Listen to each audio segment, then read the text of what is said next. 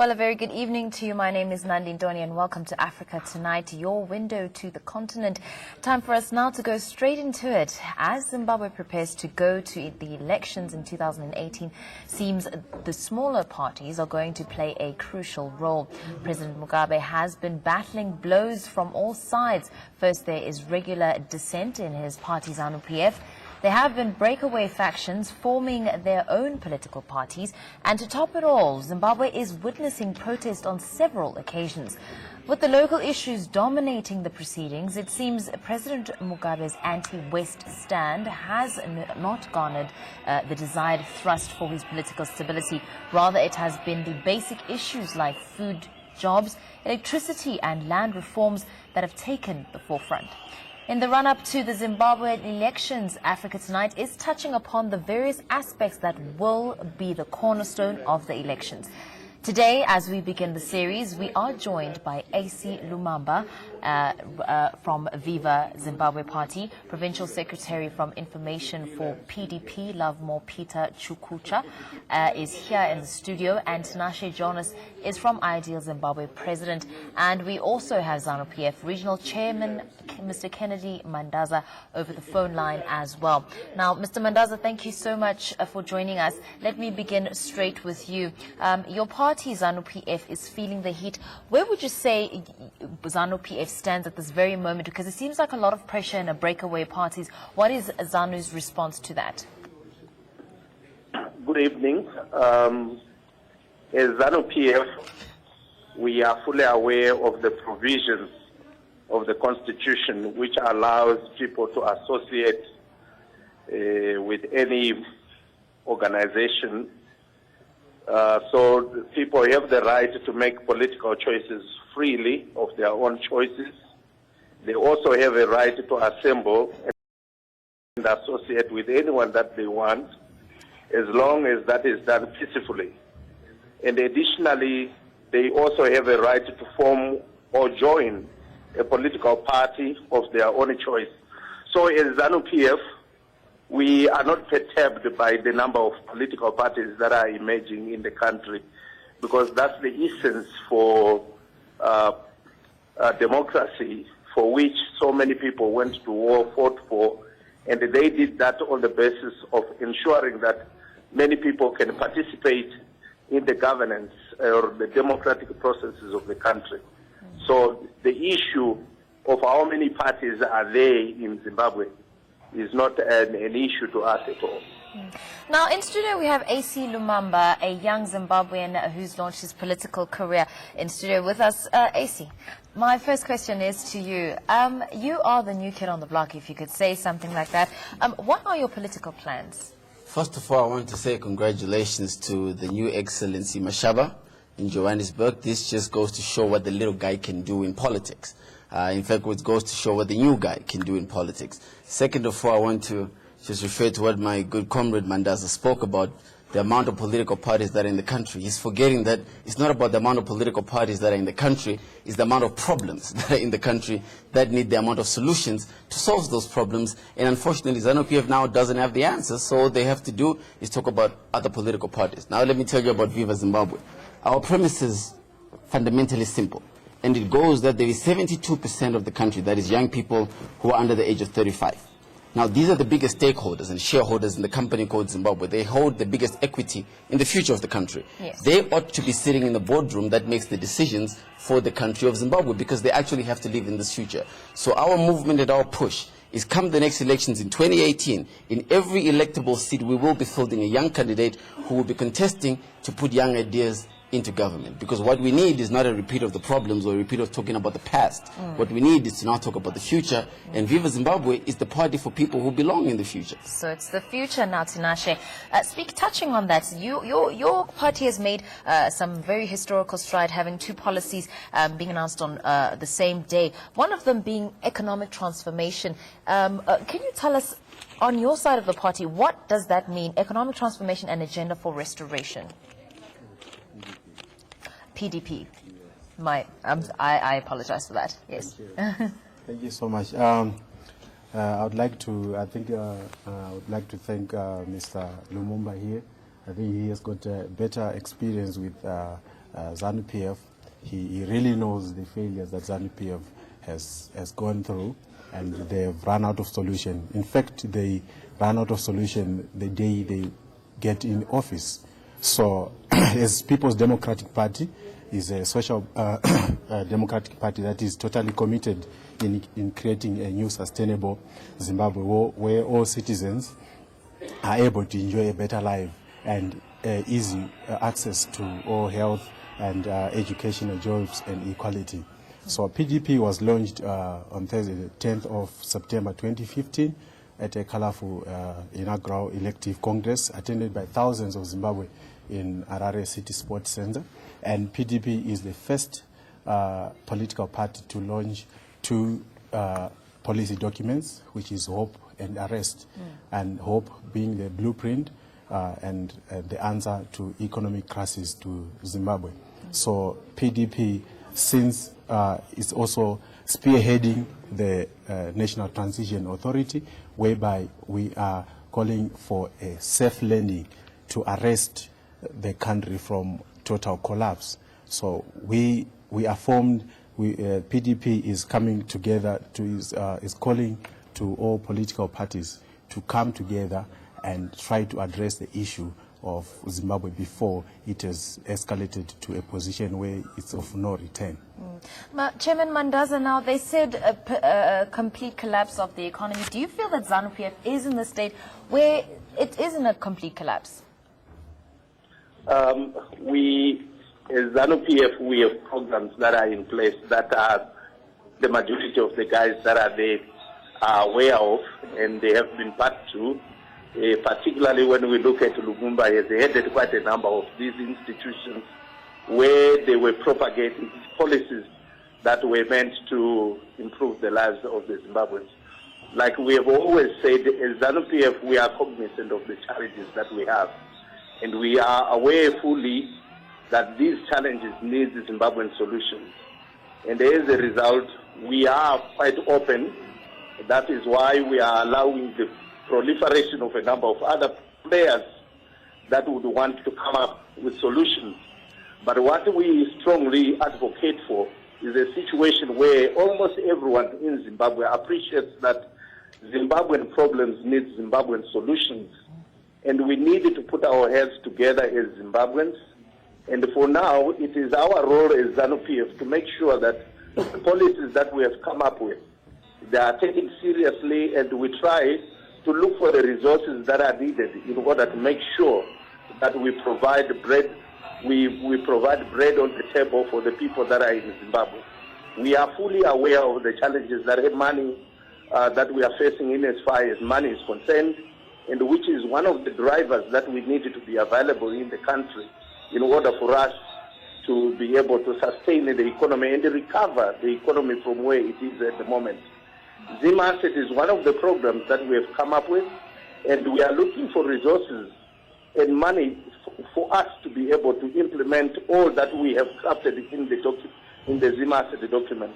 So as ZANU-PF, we are still quite hopeful that there are opportunities that are available, because Zimbabwe is one of the richest countries that we have on the continent, with so many resources that only need to be exploited, beneficiated, and then all will come into place. Mr. Lovemore, do you agree with ZANU-PF there? So many resources, etc., and so forth. What is your view? I do not agree totally with what ZANU-PF representative is talking online, because if he's saying the Zimbabwean problems need Zimbabweans to solve to bring the solutions, whereby they are actually arresting people when people are calling out peacefully for transformation on economic, and they are now saying that we are open hand for dialogue, whereby they are not actually listening when people are calling out for change, for the government to hear them. There is a system of torture that is happening to peaceful demonstrators. Some are still in police cells as we speak right now. They are yet to appear on to the court tomorrow, because they actually demonstrated that the situation is bad. but the ZANU-PF is actually manufacturing new constitutional laws only to suit their needs, because the ZANU-PF have been surprised by the explosion of social movement, the hashtag This Flag and Tajamu Kases Jigile. So I'm gonna move on to Mr. Tinashe there, president of the Ideal Zimbabwe Party. What do you think of the social outburst that has swept Zimbabwe at this point, and any plans for some kind of coalition? Yeah, we are. I mean, we are victims, and we are survivors of the mismanagement of our economy and the brutality in our country. All of us. So we are actually fighting the common enemy. And as the Ideal Zimbabwe, we believe that Zimbabwe, of course, we need to go to elections 2018. But right now it's a crisis in our country. And secondly, ZANU-PF, they don't believe in democracy. So as Ideal Zimbabwe, we're gonna hear what our people are gonna say. If it means ZANU-PF, we're gonna remove them. If it means we're gonna remove them by war, we're gonna do that. Well, those are very strong words to say if you're going to have to remove them by war, which is, I'm sure, something that, you know, we hope will lead to. One of the things that is quite pressing, people want to know, why are you based in Pretoria? Okay. Zimbabwe is a, what can I say? It's a war zone. And Mugabe is a de facto, he's a coup leader. He has taken over, he has changed from being a civilian leader to an army commander. So there's no way you can start your party nicely under such conditions. So you've got to be outside the country and see what can happen, and then we would try to persuade him to be democratic. If he's not democratic, planning, because he's basing on his tags, he gives uniforms to act as police, and then those tags are backed by the army. If it means he can't open democratic channels, we're going to face him head on. We are young people. Mr. Lumumba, you seem itching to answer to that. Please give us your view. Look, what I'm itching to answer to is the solutions. You know, I think we can go over the problems as much as we want to go over the problems. If anything, you know, the comrade from ZANU-PF confused me by what the solutions to the problems are. I think he confused the audience. I hope he hasn't confused himself. Now, here are the solutions. What the country is going through is what's called a deflationary depression. It's the worst state of economics you can possibly be exercising. What this means is your economy is no longer practical for anybody to operate in. What you need to do is you need to resuscitate the economy. So imagine a 36-year-old man, which is pretty much how old our country is, moves into the ICU and you're on your deathbed. The first thing you have to do is put a peppervirin injection into the heart so you keep the patient alive. Now you do this by stopping spending. You have to cut under the spending. That's the first thing you've got to do. Second thing you've got to do to resuscitate, to provide a beautiful deal of leveraging, is you have to operate on your own currency. I know the argument against the Zim dollar, I understand it, but you have to operate on your own currency because you can control the inflation on your own currency if you do it responsibly. Now you have to lower the interest rates, because by lowering the interest rates, more people can borrow from the bank. And finally, what I think is most important is you have to bring in financial inclusion. What financial inclusion is, my love, is the banking sector in the country right now, which is where you really have to create your jobs. The banking sector has become a dinosaur. It's designed for the Rhodesian economy. So if you go to the bank today as a young person or as a normal Zimbabwean, you can't access finance. Why can't you access finance? Because their products are not tailor-made for our economy. So when you create financial inclusion, what you're saying to the banks is, give me a product that works for the person who is selling fruits on the streets. Give me a product that I can take to a kid who's got an idea in school, but they don't have collateral to give you. These are the solutions we need to start bringing onto the table on how do we fix this economy. I'm not interested in blueprints. Neither am I really interested in anything else except what are the solutions. Mugabe is not the problem. ZANU-PF is not the problem. They can all go today, and even if they go today, unless we've got an actual plan on what do we do to change your life, we're still headed in no direction. Those are some very valid points that you mentioned there. But one thing I must bring up, which is quite controversial, you've been in the media, and you've been in the media for insulting the president and also for embezzlement of funds. And one thing that was also brought up is that you're using an alias. Now, someone who's got such ideals for their country, a lot of people can say, okay, but then we have all these controversial things surrounding you. How can the people of Zimbabwe feel like, I can trust this man? I think you undermine the intelligence of the people of Zimbabwe. You make them look like they can't think.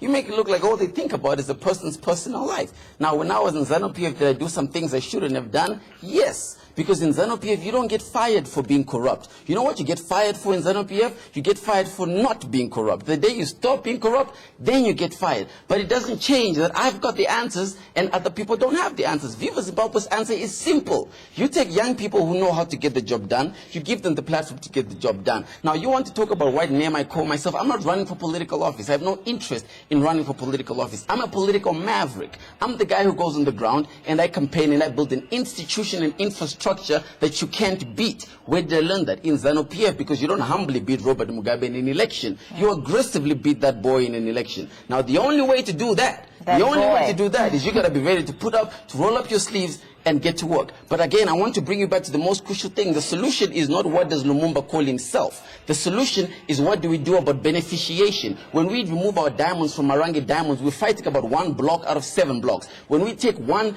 8-carat piece of diamond and we beneficiate it, we add 10 times the value to it. So by the time we sell it and we trade off, we're able to get more money for value. That means more money in our pockets. These are the solutions we ought to be talking about. Rule of law. We need a country that understands when you have a law, it applies to everybody. The president is breaking section 54, 55, 56, 60 and 61 of the constitution of the country, which deprives all of us, all of a sudden, from our ability to question his ability. But that man, we're not his employees. He's our employee, and as long as you're our employee, you better start getting used to answering our questions, because we the boss, you're the worker. You don't answer those questions, you're going out. There we go. Very passionate answer there, Mr. Lovemore. I mean, he said it in a nutshell. What is your response to that? Yeah, I really agree with him. That's why we as PDP, we are in solidarity with any organization that is focused on bringing the solution to Zimbabwe. That's why we call a clarion call for people to urge to come together and put our minds together for the solution for the people of Zimbabwe.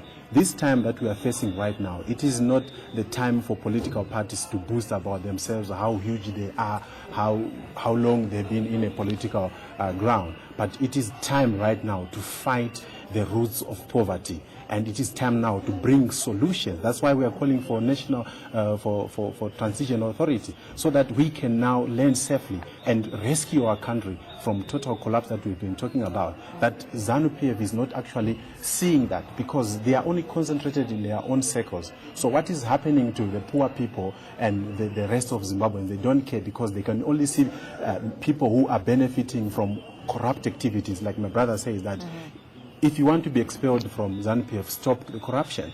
So I think there will be questions that will be asked around when people like who has come out from ZANU-PF, the likes of Maimjuru and Lumumba. But now people are waking up from their deep slumber. You understand? They have come to see what has been hidden. They are coming to realize. So we are not, it is not time for now to judge. While our country is going down, it is the time now for every person in Zimbabwe to say that enough is enough, and the power is with people, and we are the people. We can decide where our country is going tomorrow. So as PDP, that's why we are here to say that we are in solidarity and we are supporting any movement that is against the root of poverty, that is from ZANU-PF. Mr. Mandaza, what is your reaction to the panel? They seem to be very passionate and pointing out a lot of important and relevant facts. Thank you so much. One thing I want to say that the ZANU-PF does not condone violence. It does not condone brutality.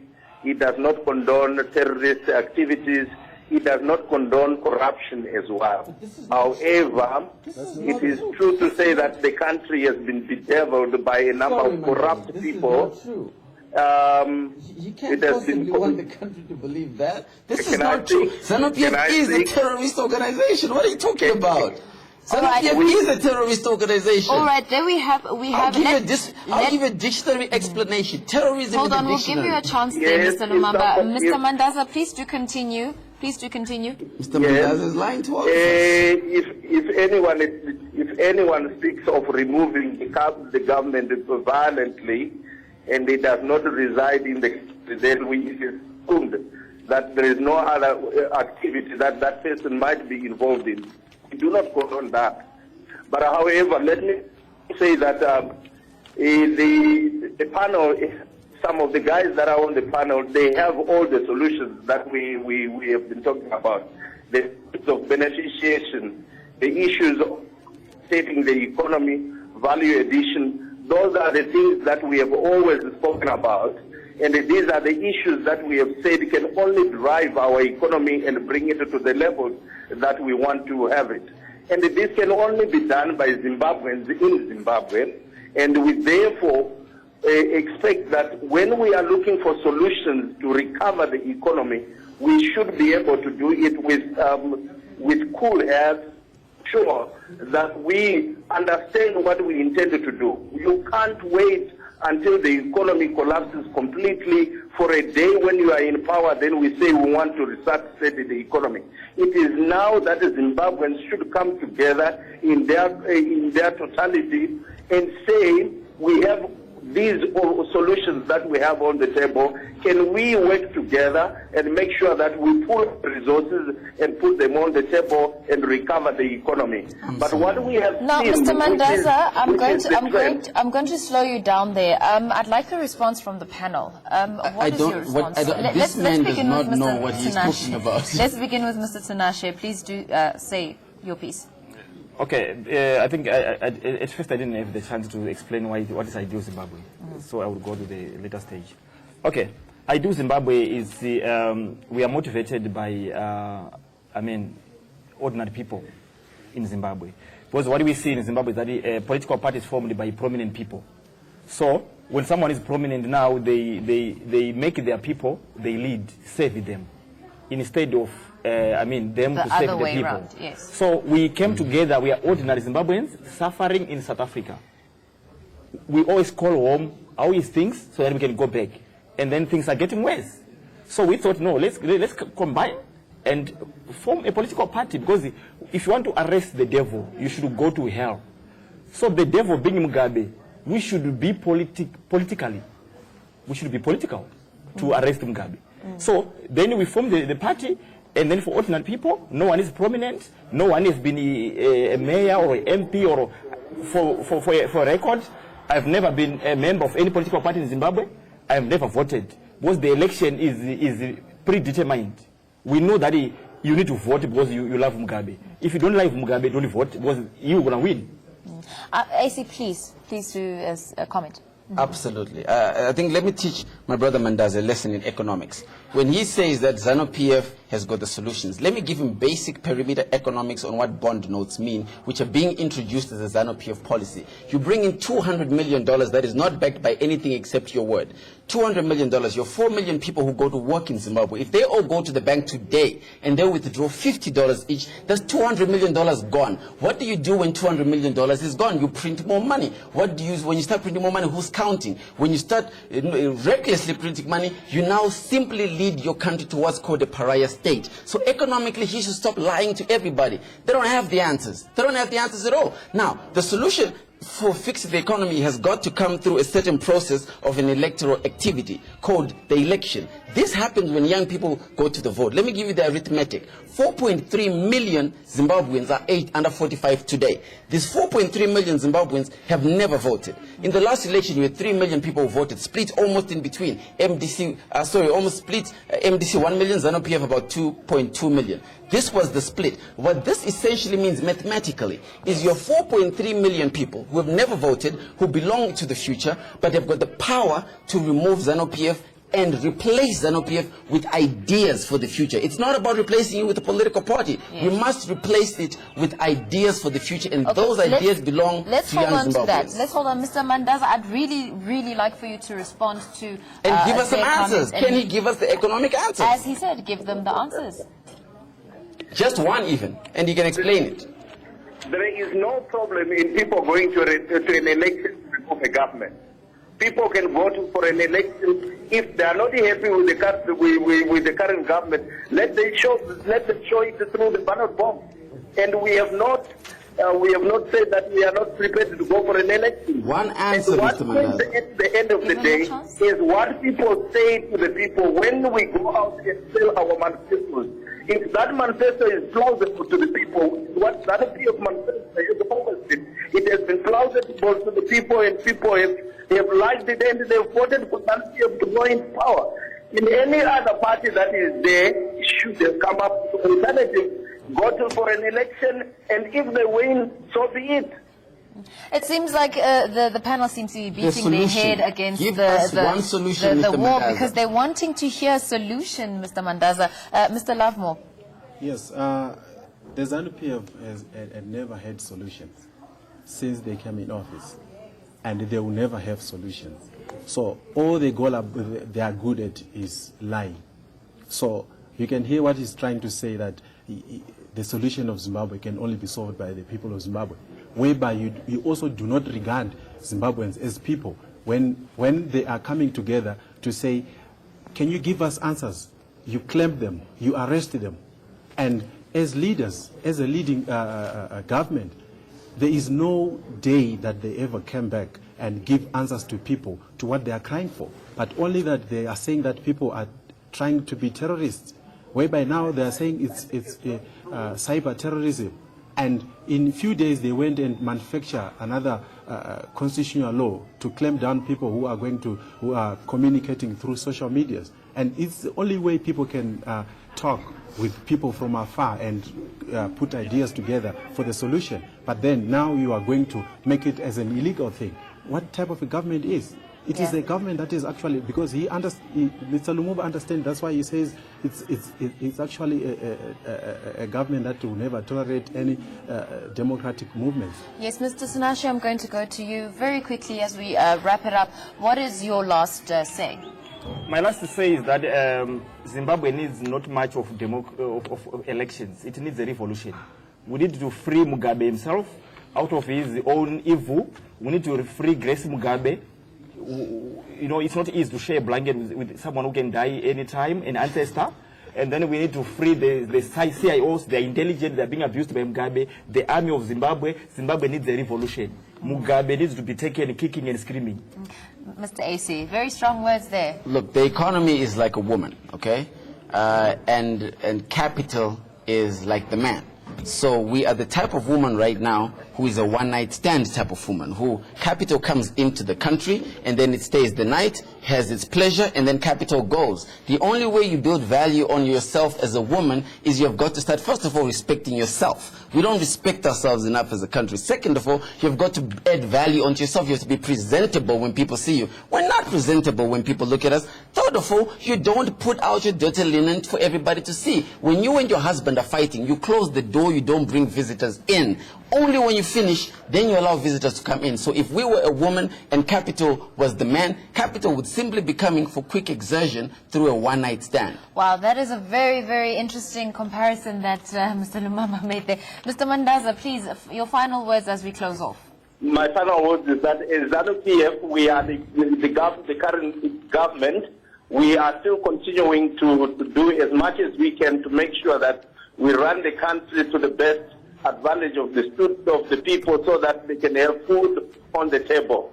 The policies that were put in place, we will continue to make sure that we find the necessary resources that are needed to ensure that we bring back the economy to the levels where each and every individual who is in the country and even those that are outside the country will eventually benefit from the economy that has for a very long time been in the doldrums or going down. It is now time for all Zimbabweans to come together and say, let us put our heads on the deck and push for solutions that will turn our economy to better days.